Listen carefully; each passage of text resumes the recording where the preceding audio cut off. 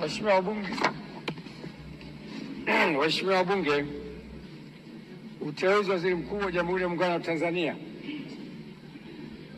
Mheshimiwa Spika, kwa mujibu wa Katiba ya Jamhuri ya Muungano wa Tanzania ibara ya 51 kifungu kidogo cha pili, Rais wa Jamhuri ya Muungano wa Tanzania baada ya kushika madaraka yake ndani ya siku 14 atamteua mbunge wa kuchaguliwa kutoka katika jimbo la uchaguzi anatokana na chama cha siasa chenye wabunge wengi zaidi, au kama hakuna chama cha siasa chenye wabunge wengi zaidi, basi atateuliwa anaelekea kuungwa mkono na wabunge wengi kwa Waziri Mkuu wa Jamhuri ya Muungano wa Tanzania.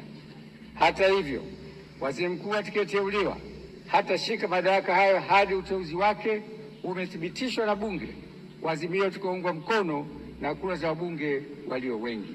Hivyo, kwa kutekeleza matakwa hayo ya kikatiba, nimemteua Mheshimiwa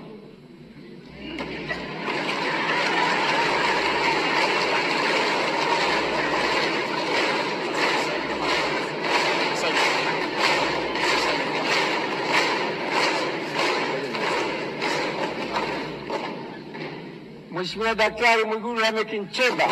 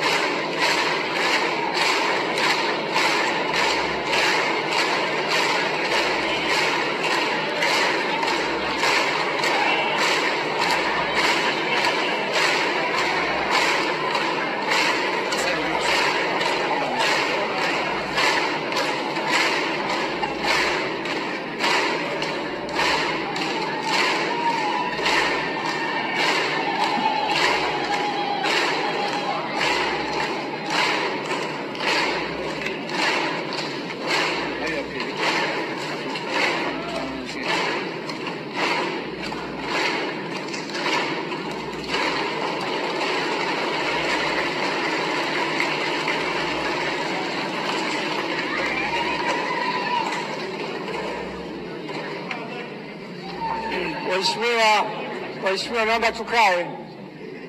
Hajaapishwa bado, naomba tukae.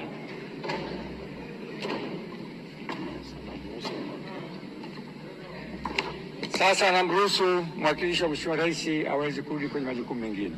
Asante sana kamanda.